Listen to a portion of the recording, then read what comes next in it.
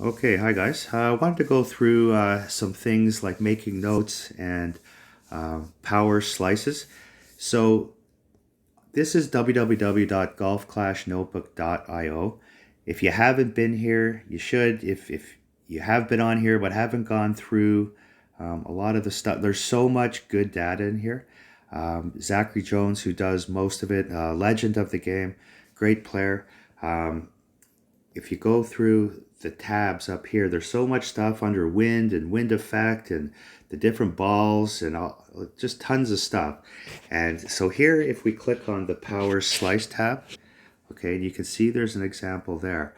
So if we go down to where it says Nathan Taylor here and underneath, each set of clubs has a category. So for instance, let's say we go to drivers, okay, that each driver, it's telling you the driver and then what level you have, 1, 2, 3, 4, and across, how many rings you would adjust for your power slice.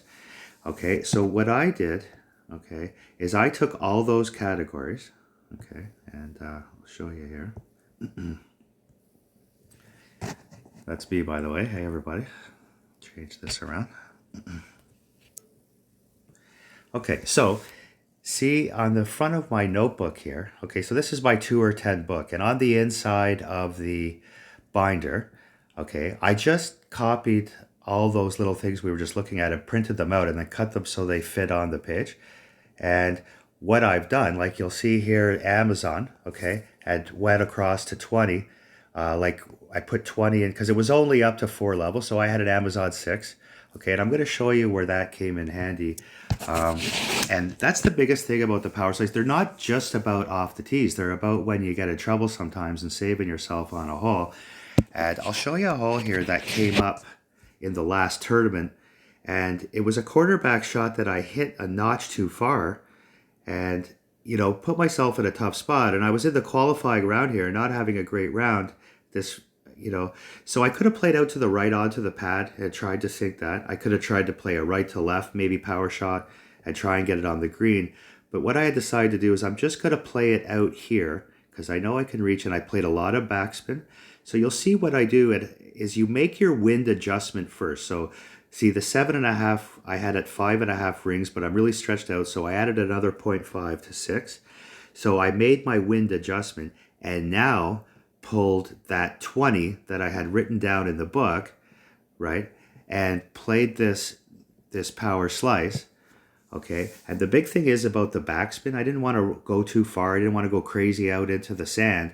Just a controlled shot that I now ended up getting close to the green and was able to sink, that rapier or end bringer, whatever I had.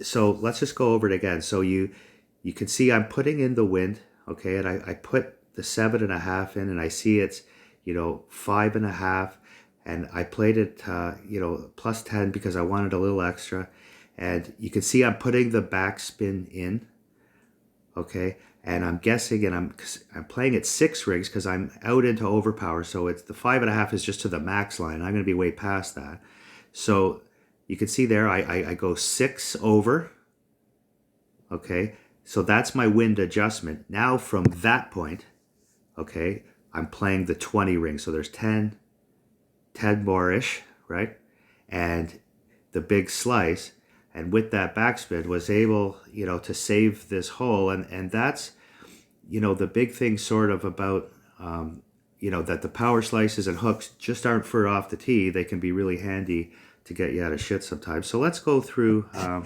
few other holes here, and I'll show you some examples of like when they come up. So here, I've hit a bad drive. I'm going to try and get out of trouble here. So I can play a shot like that, but with that wind effect, that 7 in my face, I know it's probably going to land in that bunker. So I play, look at that, the 10 and about an 18, whatever it is, and doing the slice. And you can see here just bouncing over and was able, of course, it's a bit lucky as well. Sometimes we're going to screw them up. The other thing is to get used to sometimes you want to play a reverse spin because you're going to hook way left, so you spin it right even though you're hooking it left to try and keep control of the shot. So here's one off the tee. So APOC, this is an APOC 7. I know it's about 22-ish rings or maybe even more compared to, because the wind is right to left. So when you have a right to left wind and you're hooking it, right, you have to add some rings. Okay. So you'll see here, I'll add some stuff at the end. And if your wind was going the other way, you just take some rings off because that wind is going to give you a different effect. So we pull way out, right? We give it some extra juice here because I know it's going to give you that effect. I pull up into max there, make sure I'm at the max point, right? And you can see here that I'm not playing an extreme amount of overpower because I know this hole, you can actually go over the hole, is just making sure that I get the big hook, that I'm straight down the fairway now. And like this hole, I've actually, when you play too much spin with those APOC 7s and stuff, you can go too far. I'm a bit lucky here. I'm not in the bunker, but, you take a shot at it. So let's take another example here. So here's one, everyone, if you play 2 or 10, you probably know this hole. It's the hop over the bunker, probably had a headwind and, it's a tough shot, didn't play. So here, I can play it straight and just try and blast one out.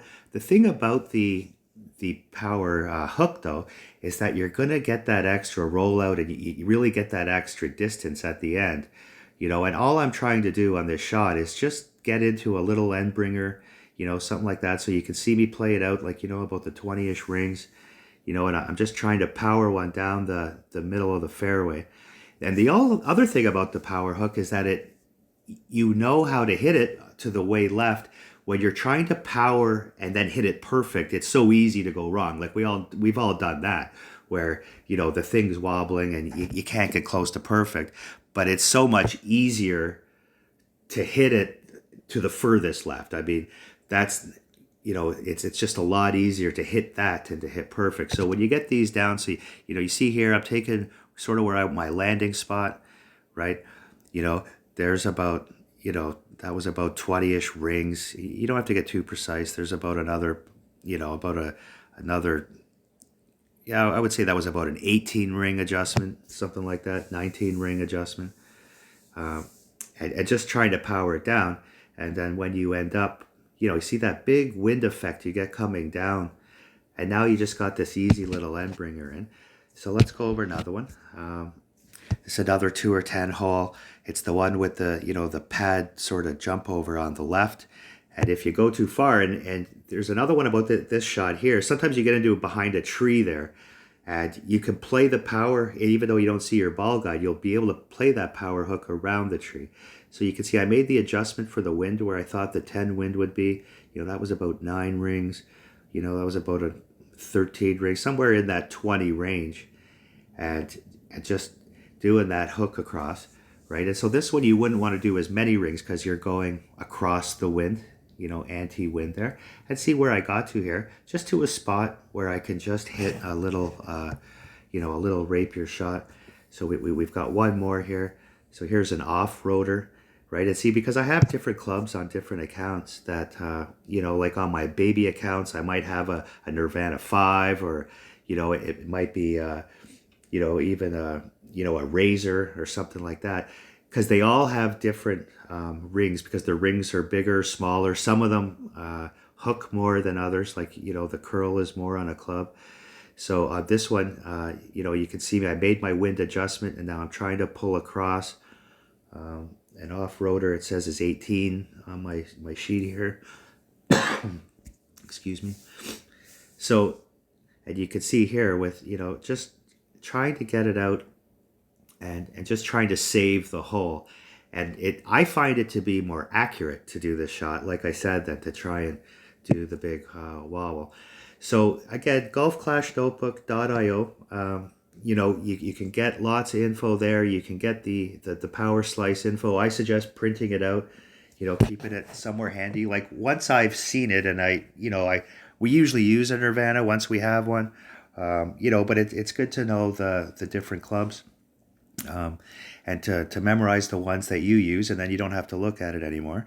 But I just find it handy when I see it the one time that it's easier to remember. So anyway, cheers for now. I hope this helps, and we'll talk to you later.